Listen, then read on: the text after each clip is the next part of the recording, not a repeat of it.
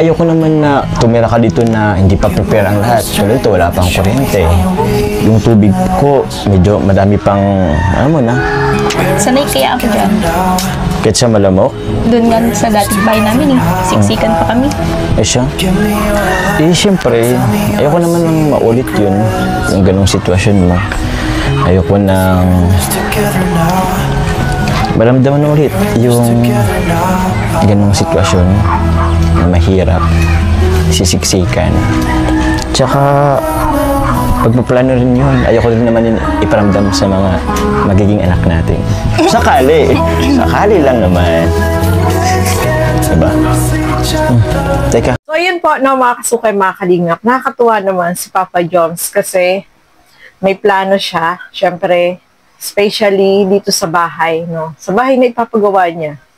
Gusto niya kapag tumira sila ni Carla, is maayos yung bahay, may kuryente, at ayaw niya daw iparanas dito kay Carla yung naranasan niya na hirap dati, no? Na nagsisiksikan sila doon sa kanilang bahay. So, ayaw mangyari yun ni Papa Jom sa kanyang magiging mga anak.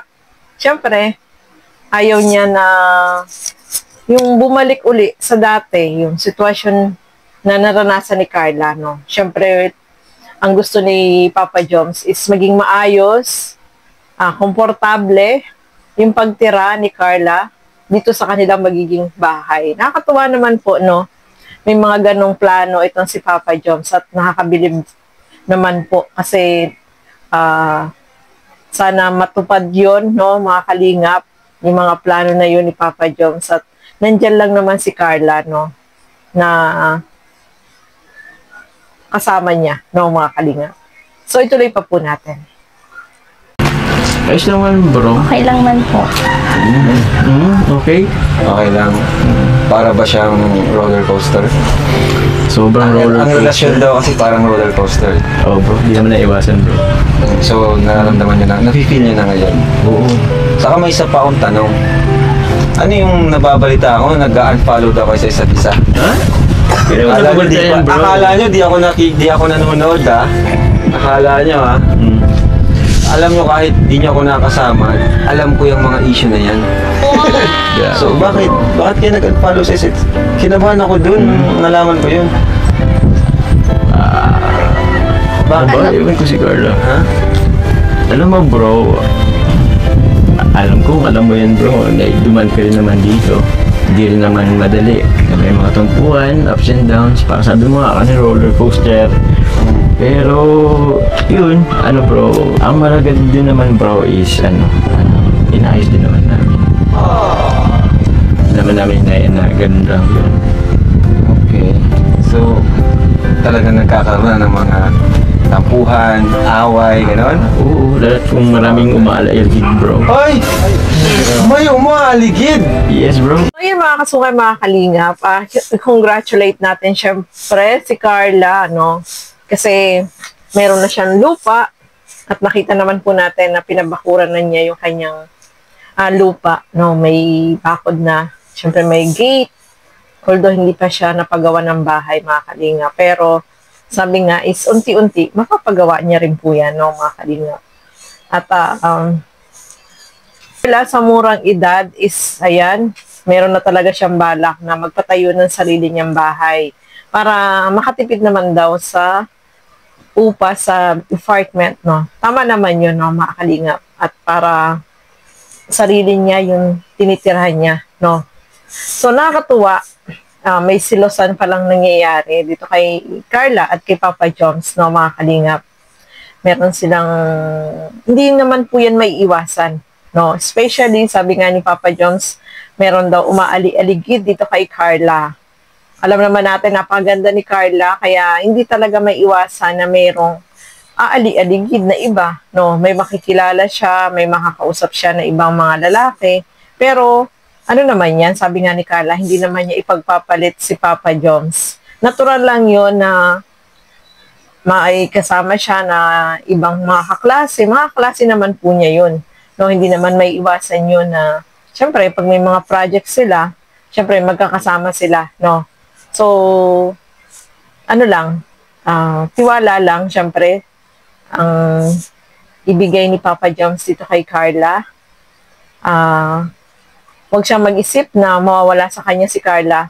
At sabi nga niya is parang nagiging seloso na siya. Parang sumusobra na yung pagsiselos niya kasi dumadating sa punto na nagkakaroon sila ng tampuhan, yung mag-aanpalo ang bawat isa.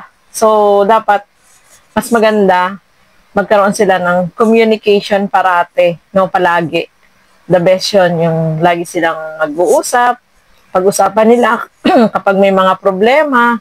At yung selos, hindi naman po mawawala yan. No? Natural lang yan na nagsiselos bawat isa kasi syempre mahal nila yung bawat isa. Hindi naman po mawawala sa isang magkarelasyon na magkaroon ng selosan. Natural lang yan, no, mga kalingap. At the same time, nag-uusap sila at naayos naman po nila yung mga tampuhan nila na hindi naman gaanong malalalim na tampuhan, no. Ganun talaga ang magkarelasyon, no, mga kalingap. Talagang sometimes merong hindi pagkakaintindihan, pero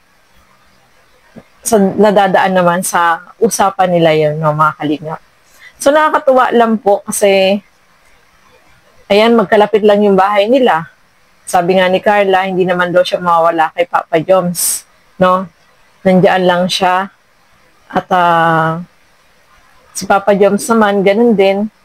At hindi nila iiwan ng isa't isa. Kita naman po natin, magkalapit lang yung bahay nila, no? Magkatabi lang yung kanilang lupa. So, hoping, pagdating ng tamang panahon, ay talagang maging sila, no? Mga kalingap. So, ituloy pa po natin. Ewan ko ba bro, minsan hindi ko rin yung sarili ko, parang nagiging sobrang na rin yata akong siloso bro. Hindi ko rin alam kung bakit ganito na rin ako eh. Medyo, ewan, iba rin sa pakiramdam. Pag-ibig na kaya, sana ay... Pag-ibig. Pag-ibig. Ang pag-ibig bro. Oo. Mukhang tinamaan ka ng malalim Mukhang tinamaan ka talaga ng... Ayan, Cupido. Ay, alam mo naman yan bro, nagdaan ka rin naman sa ganyan. Oo naman. Pero parang iba yung sa'yo Iba ba? Parang masyado kang seloso ata, Joms Parang masyado kang seloso. Seloso ba sila? Ayun na. Ayun na. Almatic na. Hindi. Alam ko naman kasi syempre, estudyante, may mga kaibigan din. Oo naman bro. Siyempre, di maiwasan yun pag may mga projects. Di ba? So, normal naman na may makakausap siyang ibang lalaki. Oo naman. Pero di naman ibig sabihin nun is pagpapalit ka na niya. Oo naman. Di ba? Tama, Carla? Tama? Yes po. O, di ba? Pag ba may nakita kang mas pogi kay Papa Joms, Ay! ipagpapalit mo ba siya? Siyempre hindi kuya. Tsaka para sa akin siya na yung pinakapugi. Ay! Ay! Grabe naman! Puro lahat na tayo. Joms, naniwala ka, Joms? Naniwala ka? Ay bro. Ako pa? Hindi, joke lang. Hindi naman. Ibig niya sabihin siguro, imposibleng pagpalit. Ha? Akala ko bro, una, siyempre oo. Akala ko parang yung ganun sila. Siyempre hindi pa.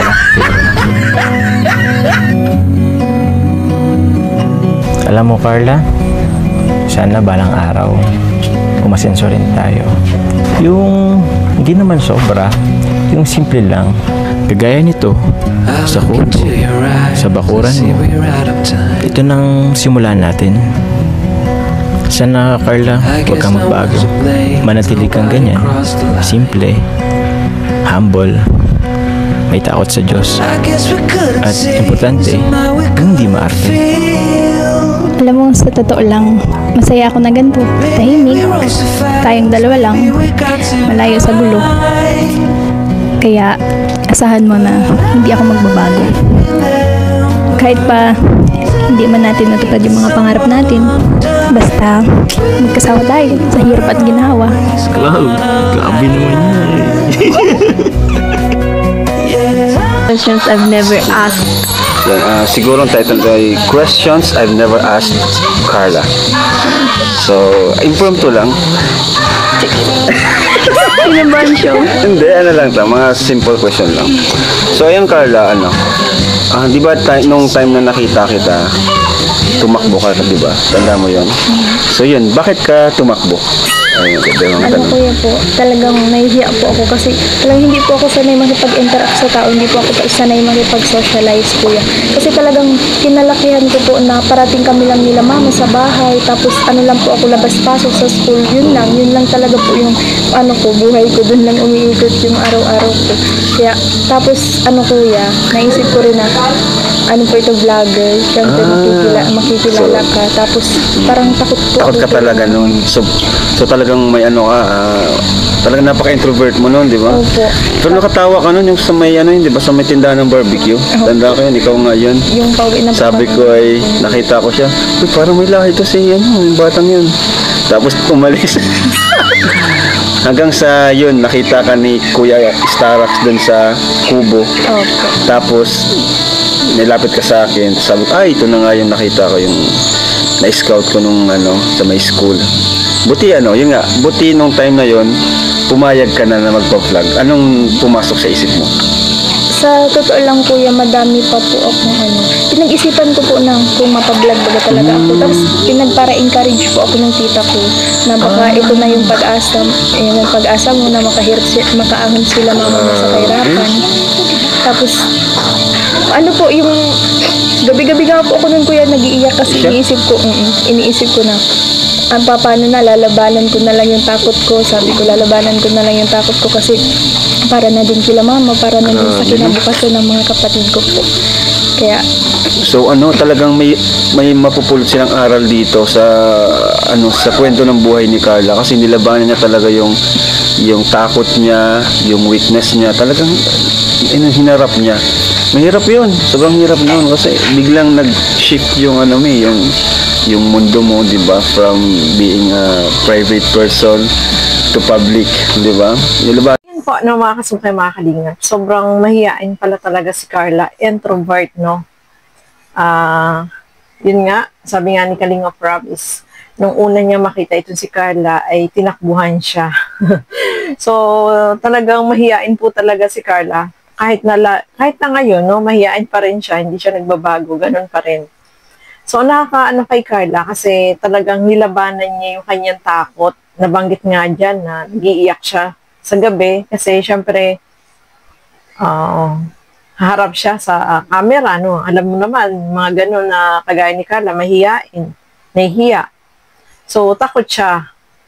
Kung naalala niyo po na dati, mga kalingap, di ba, kapag ini-interview siya, tinatanong siya, bigla siya nang pumapasok sa kwarto, nagtatago siya. Nahihiya talaga siya, no? Ganun yung ugali ni Carla na nagustuhan ng mga viewer at napamahal talaga yung mga taong nagsusupport sa kanya dahil yung pagiging mahiyain niya ay sobrang nakakatuwa. Yung matutuwa ka sa kanya kahit na nahihiya siya, yung parang nilalabanan niya, pinapakita niya na kaya ko to. Ganun si Carla, no, mga kalingap. So, in-encourage pa rin siya ng tita niya, tsahin niya, na baka daw yun ang maging way para mabago yung buhay at hindi nga nagkamali, no. So, syempre sa tulong ng kalingap, yung mga nag-support, mga sponsor na tumulong dito kay Carla, ayan, kitang-kita naman po natin at talagang malaki yung pagbabago sa kalagayan ng buhay nila, no. Yung sitwasyon nila dati, nasubaybayan po natin yan, no, simula't simula, mga kalingap, kaya masasabi natin na talagang si Carla, yung pagiging mahiyain niya, hindi pa rin nawala, talagang nandiyan pa rin, pero ipinakita niya yung best niya para yung masuportahan syempre yung family niya dahil kung hindi dahil sa kanya, hindi magbabago yung kalagayan nila sa buhay, no. Hindi siya makikilala dito sa Kalingap at sa ibang buong mundo na nakakakilala kay Carla na nag-support, nagmahal. Kaya nakaka-proud, no, si Carla kahit na mahiyain siya ay ayun, talagang nilabanan po niya, mga Kalingap. So nakakatuwa si Carla, no. Isa pa dyan, yung natanong siya dyan ni Kalingap Rob kung may minsan nagtampod din ba si Carla. Nung una, nahihiya siyang sabihin, pero sinabi niyang slight, konti. Hindi naman po maiiwasan yun, no? Siyempre, tao lang tayo. May pagkakataon na minsan magtatampo tayo, pero yung tampo na yun is, nawawala naman kaagad, no? Ganon din naman tayo, no? Minsan kapag meron tayong gusto tapos hindi nangyari, parang minsan nagtatampo tayo, meron tayong, halimbawa, may inimbitahan tayo na hindi pumunta, tapos parang magtampo tayo kasi bakit ganun hindi siya pumunta, di ba? Nawawala naman din po yun. Parang ganun yung nararamdaman ni Carla at hindi naman niya dinadamdam. Excuse me. Hindi naman po niya dinadamdam, no, mga kalingap. So, ganyan yung ugali ni Carla, napakabait, napakagalang. No? At saka deserve naman po talaga yung mga nangyari kay Carla. Yung family niya talagang deserve na tulungan, no? Talagang yung pang MMK, yung buhay ni Carla, ng mga kalingap. Kaya marami po yung talagang nag-support at nagmahal dito kay Carla. So, ayan po, no, mga kalingap. Hanggang dito na lamang po muna. Maraming salamat po sa inyong walang sawang panonood at pagsuporta dito sa aking mga ginagawang reaction video. Hanggang dito na lamang po muna. Keep safe everyone. Thank you for watching. Mabuhay po tayong lahat. Bye-bye!